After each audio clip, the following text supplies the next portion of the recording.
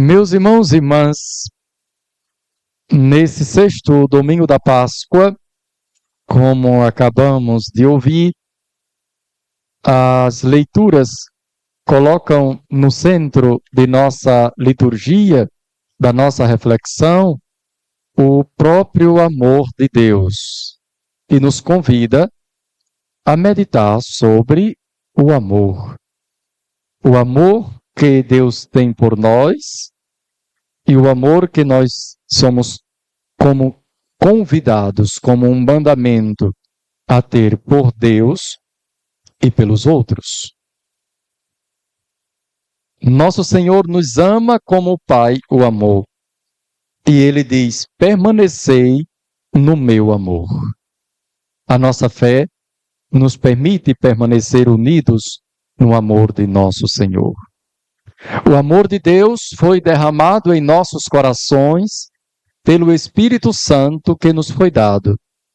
Por isso, toda vez que se menciona o Espírito Santo, se está falando do próprio amor de Deus. E nós já estamos nos encaminhando para a festa solene de Pentecostes, em que celebraremos esta efusão do Espírito Santo.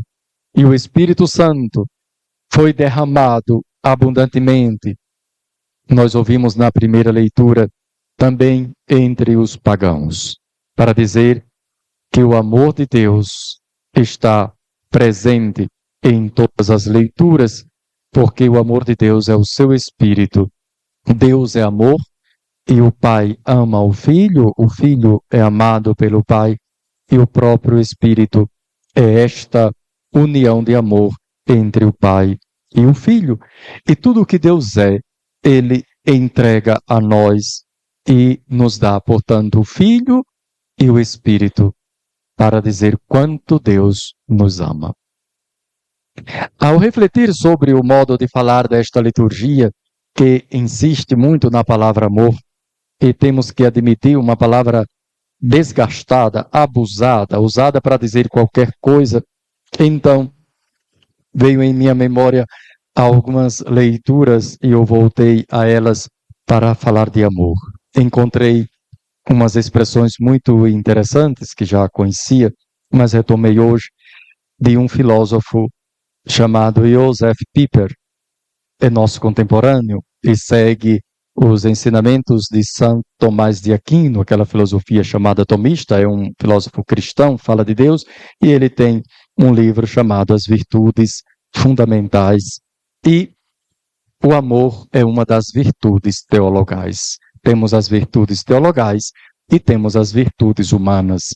E o amor é uma das três virtudes divinas. Fé, esperança e amor são as virtudes divinas chamadas teologais, porque o Senhor coloca em nosso coração essas virtudes. Ou seja, nós não as temos por nós mesmos, nós as temos porque as recebemos. E amor se tem quando se recebe. E este filósofo Josef Pieper faz uma definição muito simples de amor. Ele diz assim: amar é querer que o outro exista. Só isso. Mas não é pouco. É simples, breve e com grande profundidade. Antes de tudo, envolve a vontade, o querer. Amar é querer que o outro exista. Ama quem quer que o outro exista, que o outro viva. E a partir daí, nós temos que nós nos alegramos com a existência da pessoa amada e tudo fazemos para que esta pessoa não somente exista, mas exista bem e seja igualmente feliz. Como nosso Senhor diz no Evangelho, para que a minha alegria esteja em vós e a vossa alegria seja plena. É assim que nosso Senhor nos ensina para que nós tenhamos a sua alegria permanecendo no seu amor. Deus quer que nós existamos. E assim ele até diz que nós podemos fazer quase como um pequeno teste para saber se nós amamos ou não amamos. É só perguntar, eu quero que esta pessoa exista e eu posso dizer a esta pessoa: que maravilha que você existe. Quem pode dizer a outra pessoa: que maravilha que você existe, ama esta pessoa. Quem não pode dizer isso, não ama. Imagine se diz o contrário disso. É claro que só o fato de dizer não demonstra que há uma falta de amor em um sentido permanente. Mas observemos como isso acontece também nas nossas linguagens. E pensemos quando alguém, em um momento de aborrecimento, de irritação, de raiva, de briga, nas famílias às vezes nós temos estas coisas, alguém grita para o outro: eu quero que você desapareça. Eu tenho vontade de gritar, mas não grito. Então, eu quero que você desapareça. Perceberam que é o contrário do amor? Dizer que o outro desapareça. Se você não tivesse na minha frente, se você sumisse da minha vida, nós estamos dizendo: eu não lhe amo. Se você não existisse, seria um favor. Mas você existe, a sua existência ou é indiferente para mim, ou incomoda. Esse é o contrário do amor. Amar é querer que o outro exista. Inclusive, é muito importante até essa vigilância sobre a linguagem. Evidentemente, com isso não quer dizer que uma pessoa que uma vez pronunciou a palavra: se você desaparecesse, eu ficaria bem, não está dizendo que nunca mais ama esta pessoa. Infelizmente, aquele foi um momento em que se manifestou falta de amor, mesmo que seja só um momento. Mas é muito importante que nós sejamos, inclusive, vigilantes na nossa palavra, na nossa linguagem, para nunca usar esse tipo de expressão. Ainda mais, mães e pais nunca deveriam dizer isso aos seus filhos, porque os filhos podem ter essa sensação. A mesma coisa, os filhos nunca deveriam dizer isso aos seus pais, marido e mulher, ainda menos, e assim por diante. Porque aquilo vai como sendo gravado no coração e dizendo: a minha ausência seria um bem na vida desta pessoa. Quando, na verdade, nós precisamos dizer: que maravilha que você existe. E é por isso que Deus é amor, meus irmãos e irmãs. É porque, nessa expressão, amar é querer que o outro exista, nós não poderemos colocar condicionais ou acréscimos como predicados ou como complementos. Não é uma questão só de linguagem. É que se eu começar a colocar condições ou os motivos pelo qual eu lhe amo, já não estamos falando do amor da Sagrada Escritura. Eu não posso colocar os motivos. Eu não posso amar por isso e por aquilo. Eu quero que você exista porque você cuida de mim. Não, isso não é amor. Isso é interesse. Você não ama a pessoa. Você pode amar os favores que esta pessoa, os benefícios desta pessoa, aquilo que você recebe desta pessoa. E é por isso que nós ouvimos: a prova de que Deus nos ama é esta: não fomos nós que amamos a Deus. Deus disse: eu quero que você exista. E nós existimos. Meus irmãos e irmãs, mesmo que ninguém nos ame, a nossa existência é a prova de que nós somos amados. Melhor, mesmo que eu não me sinta amado por ninguém deste mundo, eu tenho uma prova de que eu sou amado por Deus. Porque Deus quer que eu exista. E eu existo. E é Deus que me sustenta na existência. Deus me sustenta na vida. O querer de Deus se realiza na minha vida. Eu quero que você exista. Que maravilha as obras das mãos de Deus. Deus quer que nós existamos. E Deus pode, por acaso, colocar algum motivo utilitarista na nossa existência? De modo algum. Nós não existíamos e começamos a existir. Deus não podia esperar nada de nós. E, aliás, com tudo que Deus é em sua grandeza, perfeição, felicidade, nada se diminui, nada se acrescenta em Deus se nós o amamos ou deixamos de amar. Então, este amor gratuito de Deus ensina como nós devemos amar uns aos outros, como Jesus Cristo nos amou. querer que o outro exista sem precisar de motivo. Ou seja, não porque é útil a existência do outro. E é por isso também que a caridade para com os necessitados é a expressão mais cristã do amor. Porque nós, quando fazemos caridade a um pobre, a um necessitado, nós dizemos, eu quero que esta pessoa exista. E eu quero favorecer a sua existência. Amar é querer que a outra pessoa exista e favorecer sempre a sua existência e defender aquela pessoa de qualquer ameaça à sua existência. Ora, eu quero que as pessoas existam. Eu vejo que uma pessoa está passando fome. A fome é uma ameaça à sua existência. Sendo uma ameaça à sua existência, eu que amo, querendo que a pessoa exista, não posso me omitir diante da necessidade de alguém que precisa do alimento para viver. E por que a caridade para com os necessitados é essa expressão maior da caridade do amor cristão? Porque quem faz bem ao necessitado não espera nada em troca. Quando você dá um presente de aniversário a uma pessoa da sua família que tem a mesma condição ou um pouco mais de condição de sua vida, você já fica na expectativa qual é o presente que vai receber no seu aniversário. E se a pessoa esquecer, é capaz de dizer, que ingratidão, eu dei um e outro não retribuiu. Veja que você não deu por amor. Deu porque é consenso, é um modo até cordial, interessante, de partilhar os momentos da vida, mas você está cheio de interesse. Quando você ajuda a quem precisa, o que é que você pode esperar em troca? Nisso nós nos assemelhamos a Deus, meus irmãos e irmãs, e podemos ajudar as pessoas porque nós queremos que as pessoas existam. Amar é isso. E Deus quis a nossa existência.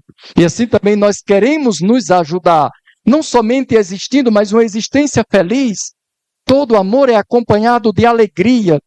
E nós precisamos sentir esta alegria do amor em família. O que é que os pais e as mães fazem, se não desejar que os filhos existam? Defendê-los de toda ameaça. Colaborar para que a sua existência seja feliz. É isso que Jesus faz.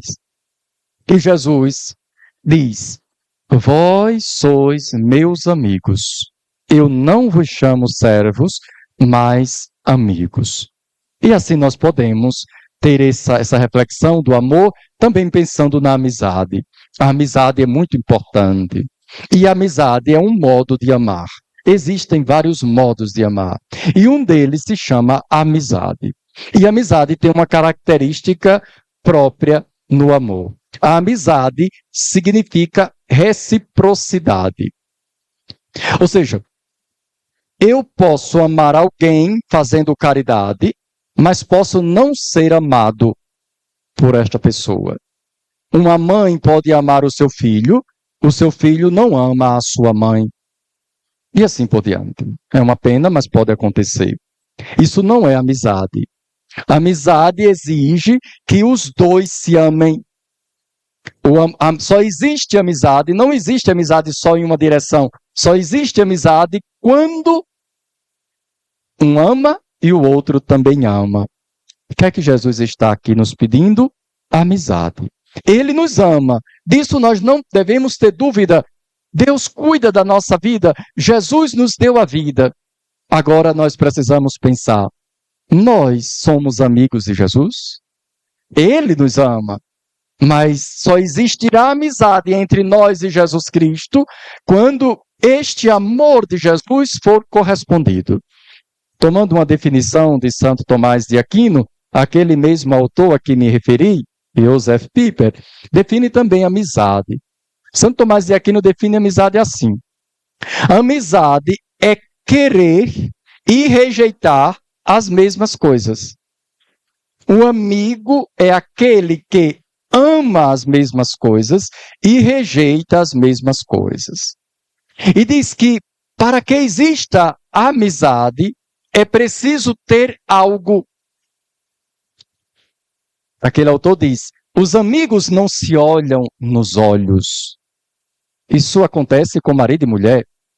Com o amor de um homem e de uma mulher, tem olho no olho. Os amigos não. Amigo não é coisa de estar um olhando no olho do outro. Não. Amigo não olha um para o outro. O amigo olha, aliás, os dois olham na mesma direção. O que é que faz uma amizade? Aquilo que une duas pessoas.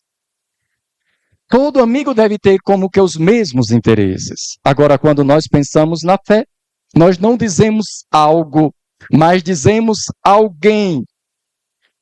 Santo Tomás de Aquino chega a dizer: não seja amigo das pessoas que odeiam o que você ama. Você não pode ser amigo de alguém que odeia o que você ama. E você não pode ser amigo de alguém que odeia a quem você ama. A amizade cristã exige que os dois amigos estejam olhando para o mesmo Jesus. Amizade é isso. Amar a todos, mas amigo é diferente de simples amor. Eu posso amar o meu inimigo, mas ele continua sendo meu inimigo. Mas eu amo um amigo porque nós dois estamos olhando na mesma direção. Queridos jovens, sejam amigos de quem olham com você para o céu. Se você vai ser amigo de quem você não tem esperança de ajudá-lo a olhar para Jesus, a olhar para o céu, cuidado que ele pode lhe puxar para baixo. O seu olhar pode se desviar para baixo. Nós devemos amar a todas as pessoas, inclusive as mais necessitadas, como expressão da nossa caridade. Mas os nossos amigos são aqueles que estão caminhando conosco na mesma direção. Nós não podemos querer ser amigos de quem está arrastando o nosso olhar para coisas que nós não amamos, nos desviando do objetivo de nossa vida. Cristo é o centro, e os cristãos devem ter como amigos aqueles que com eles olham para Cristo. Isso é amizade. E nós precisamos entender isso. Olhar todos para a mesma direção. A amizade que existe entre irmãos dentro de casa, a amizade entre pais e filhos, todos na mesma direção. Quanto é importante este tema em nossas famílias. E tem uma outra expressão, perdoe estar repetindo sempre este autor, mas foi ele que me ajudou na reflexão de hoje. Falando sempre de amizade, ele diz assim: um amigo se irrita, mas continua amando. Os que têm sentimento dissimulado, ele bajula, odiando. Se os jovens, especialmente os adolescentes, compreenderem isso, em casa, os pais de vocês se irritam amando. Não se engane com aqueles que não se irritam com vocês, mas na verdade estão odiando. Quem não se importa, não se irrita. Quem não está nem aí para o que vai acontecer para a sua vida, não precisa sentir dor. Quando uma mãe se irrita com um filho ou uma filha, não é por outra coisa senão pela dor que sente em ver aquela vida ameaçada por alguma coisa. Então ela manifesta esse seu cuidado, este seu zelo, muitas vezes com irritação. É muito importante que nós aprendamos a suportar a irritação de quem nos ama, porque um amigo se irrita com o seu amigo amando. Os que não são amigos, eles não se irritam odiando. Não estão nem aí para o que vai acontecer na sua vida.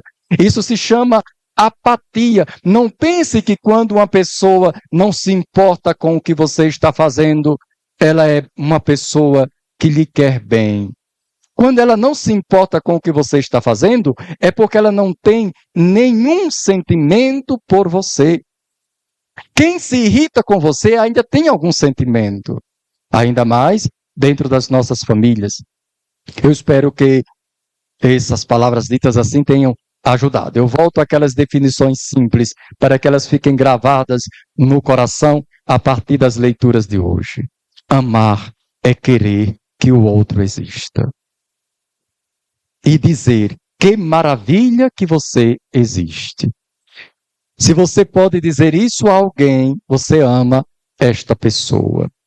Se você não pode dizer, você não ama.